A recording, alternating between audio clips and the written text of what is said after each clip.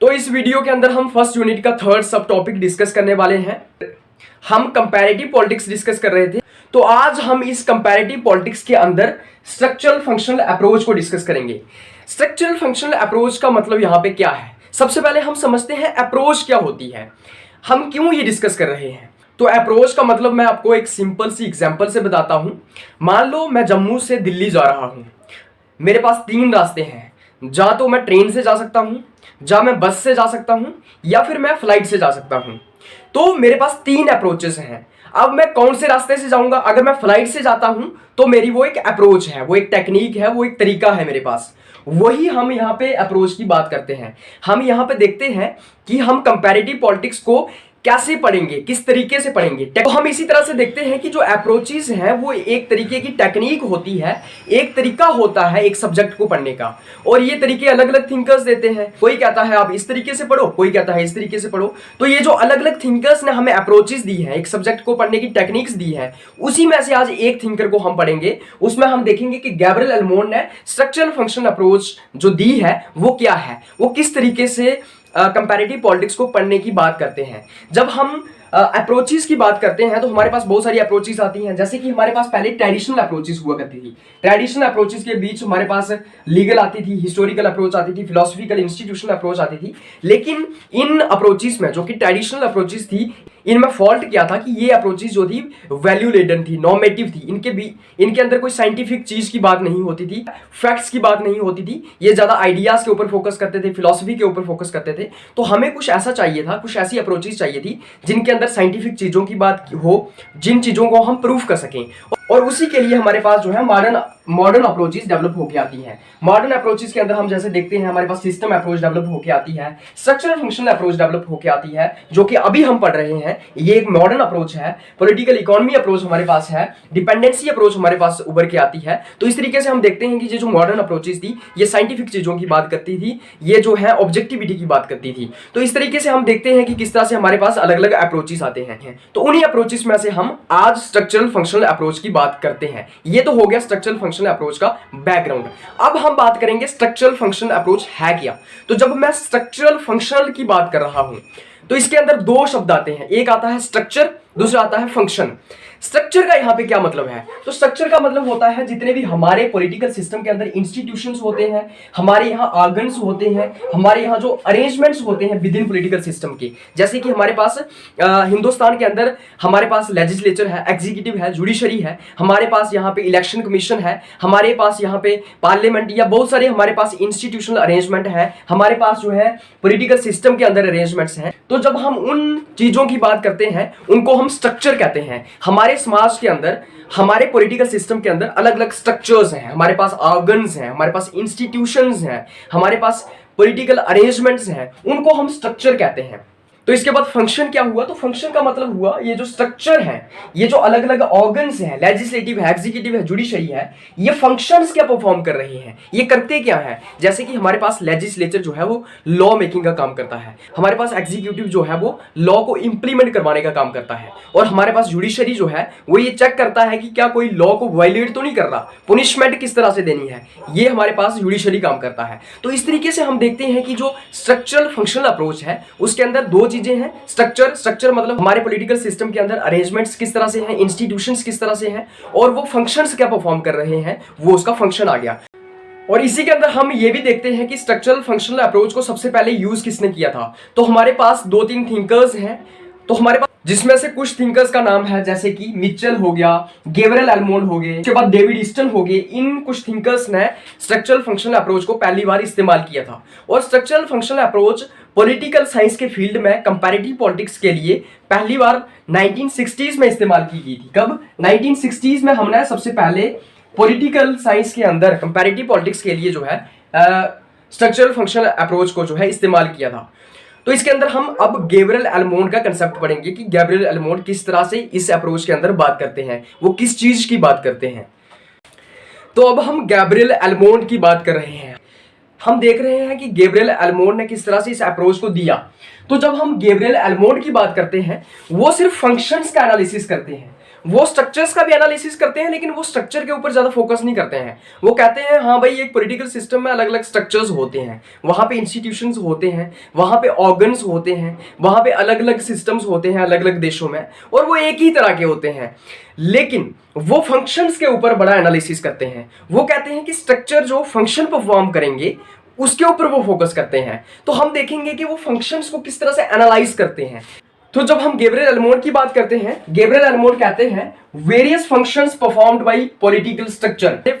वो कहते हैं कि पॉलिटिकल स्ट्रक्चर के द्वारा बहुत सारे फंक्शंस परफॉर्म किए जाते हैं। जैसे कि हमने पहले भी डिस्कस किया, स्ट्रक्चर्स जो है वो बहुत सारे फंक्शंस परफॉर्म करते हैं, और उन्हीं फंक्शंस को जो पॉलिटिकल स्ट्रक्चर्स अलग अलग फंक्शंस परफॉर्म करते हैं, उन्हीं फंक्शंस को वो दो कैटेगरीज में डिवाइड करते हैं। वो दो कैटेगरीज क्या है? इनपुट फंक्शंस और आउटपुट फंक्शंस। क्या होता है? गैब्रियल अल्मोंड कहते हैं कि पॉलिटिकल स्ट्रक्चर्स जो हैं वो बहुत सारे फंक्शंस परफॉर्म करते हैं, उन्हीं फंक्शंस को वो दो कैटेगरीज में डिवाइड करते हैं। वो कहते हैं एक होते हैं इनपुट फंक्शंस और एक होते हैं आउटपुट फंक्शंस। तो हम इनपुट फंक्शंस की बात करेंगे। इनपुट फंक्शंस के अंदर आता है कि ओवरऑल सोसाइटी क्या कर रही है, समाज के अंदर किस तरह से फंक्शंस परफॉर्म हो रहे हैं। गवर्नमेंट भी उसमें इंक्लूड होती है, लेकिन हम यहाँ पे ओवरऑल सोसाइटी की बात करते हैं। तो जब मैं इनपुट फंक्शंस की बात कर रहा हूँ, इनपुट फंक्शंस के अंदर हम चार तरीके के अलग अलग फंक्शंस पढ़ेंगे। इनपुट फंक्शंस को भी फर्दरली चार कैटेगरीज में डिवाइड किया गया है। वो चार कैटेगरीज क्या है? Political socialization and recruitment, interest articulation, interest aggregation और पॉलिटिकल कम्युनिकेशन। हम इनके ऊपर विस्तार से चर्चा करेंगे, लेकिन उसके बाद हम देखते हैं आउटपुट फंक्शंस।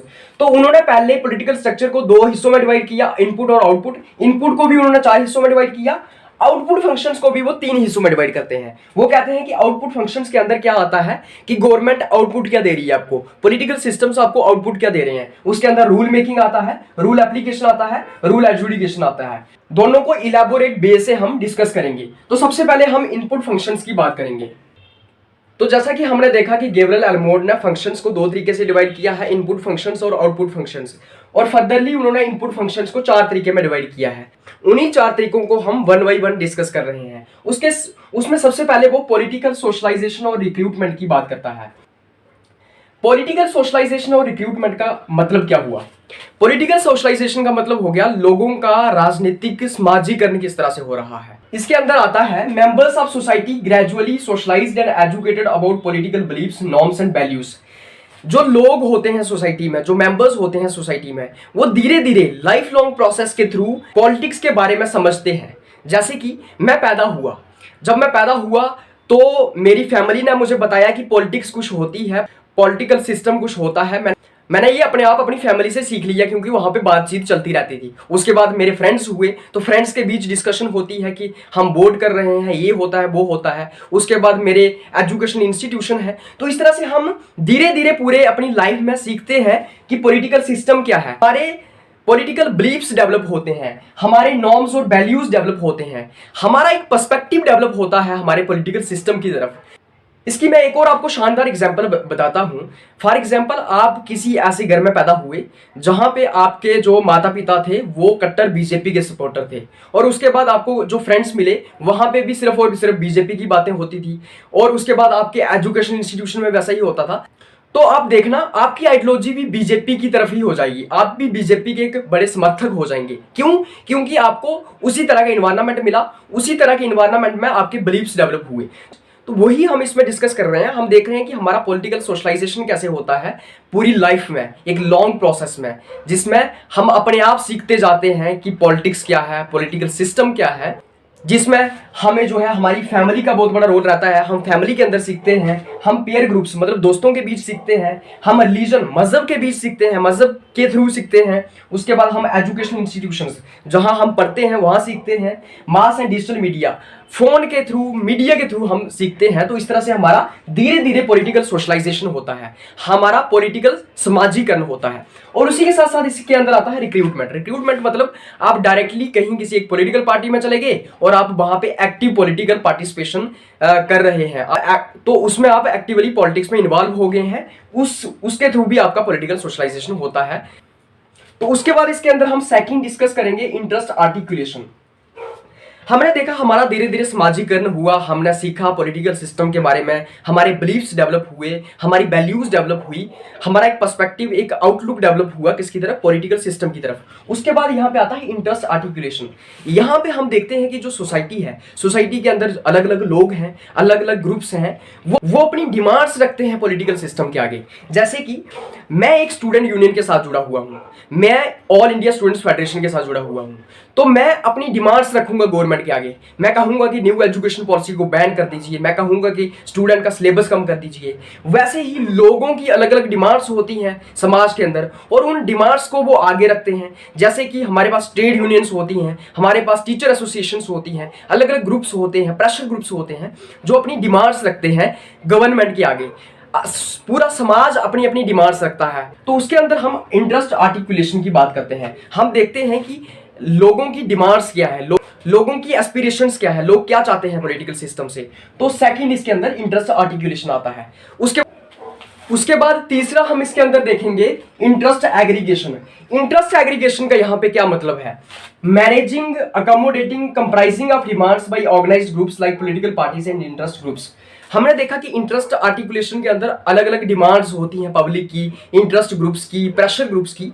उन्हीं डिमांड्स को एग्रीगेट किया जाता है, इकट्ठा किया जाता है। पॉलिटिकल पार्टीज जो है उनको रिप्रेजेंट करती है, प्रेशर ग्रुप्स उनको रिप्रेजेंट करते हैं। जैसे कि स्टूडेंट्स की बहुत सारी डिमांड्स हैं, उन्हीं स्टूडेंट की डिमांड्स को इकट्ठा करके एक स्टूडेंट की जो यूनियन होगी उनको रिप्रेजेंट करेगी। वहीं दूसरी ओर एक समाज की डिमांड्स हैं, मान लो दलित समाज की डिमांड्स हैं, तो दलित समाज की डिमांड्स को, जैसे कि मायावती की एक पॉलिटिकल पार्टी है, कौन सी, बीएसपी, तो वो रिप्रेजेंट करती है। इसी तरह से अलग अलग पॉलिटिकल पार्टीज जो है लोगों की डिमांड्स को रिप्रेजेंट करती हैं, लेकिन वो पॉलिटिकल पार्टी जो है पावर में नहीं होती है। तो इसी तरह से हम देखते हैं कि जो डिमांड्स हैं, जो इंटरेस्ट है लोगों के, उनको एग्रीगेट किया जाता है, उनको इकट्ठा किया जाता है और उनको रिप्रेजेंट किया जाता है। उसके बाद हम इसके अंदर देखते हैं पॉलिटिकल कम्युनिकेशन।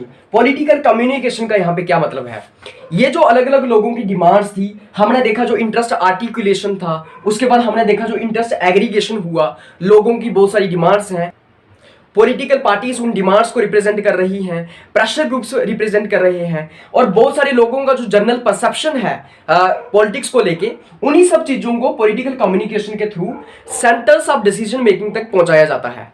इसका क्या मतलब हुआ, लोगों की जो डिमांड्स हैं, लोगों के परसेप्शन जो है, उन चीजों को मीडिया के थ्रू सेंटर तक, सरकार तक पहुंचाया जाता है कि भाई इन चीजों के ऊपर आप फैसले लो, इनके ऊपर डिसीजन मेकिंग करो, इनके ऊपर जो है इन इनपुट्स को आप आउटपुट में तब्दील करो।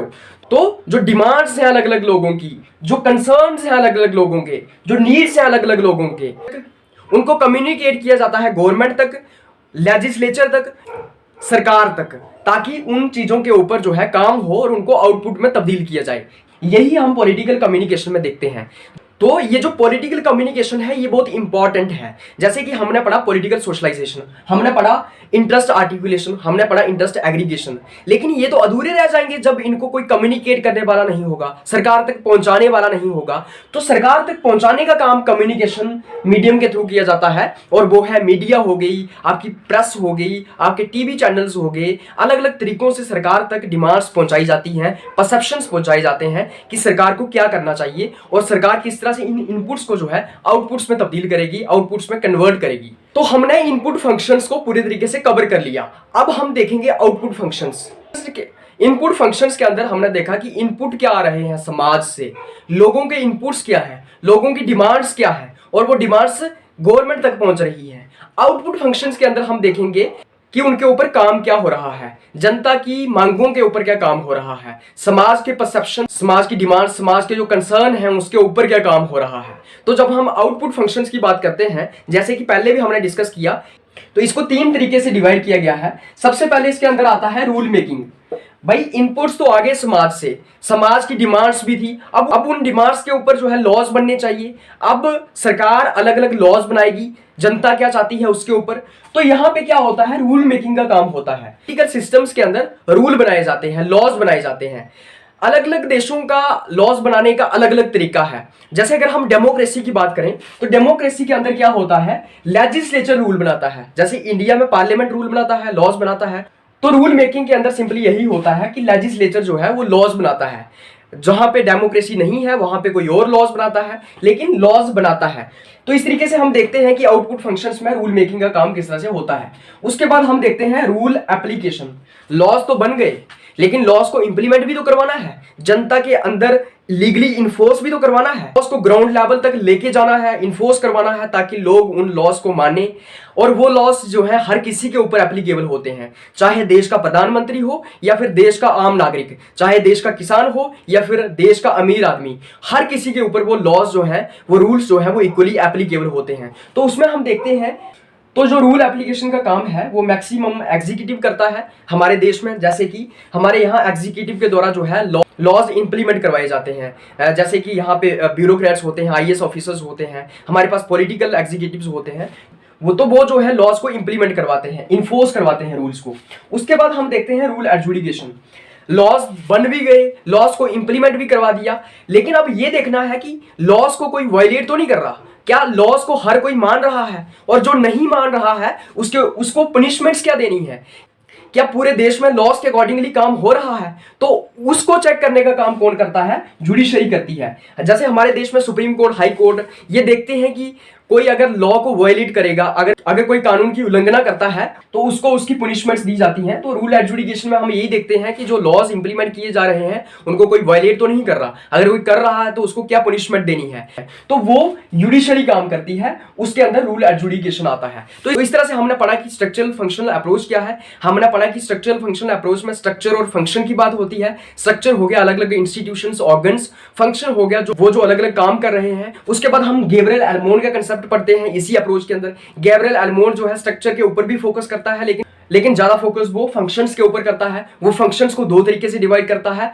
इनपुट फंक्शंस और आउटपुट फंक्शंस। इनपुट फंक्शंस के अंदर वो देखता है किस तरह से इनपुट आ रहे हैं, और आउटपुट फंक्शंस में वो देखता है कि उनके ऊपर काम किस तरीके से हो रहा है। तो आज की इस वीडियो में बस इतना ही। मिलेंगे आपके साथ इसी यूनिट के 4th सब टॉपिक के साथ। और साथ ही साथ अगर आपको इस लेक्चर का पीडीएफ चाहिए तो आप इस वीडियो की डिस्क्रिप्शन में जा सकते हैं, वहां पे टेलीग्राम चैनल का लिंक दिया होगा, वहां से आप पीडीएफ हासिल कर सकते हैं। तो फिर मिलते हैं आपके साथ एक नई वीडियो में, तब तक आप सबको धन्यवाद, नमस्कार।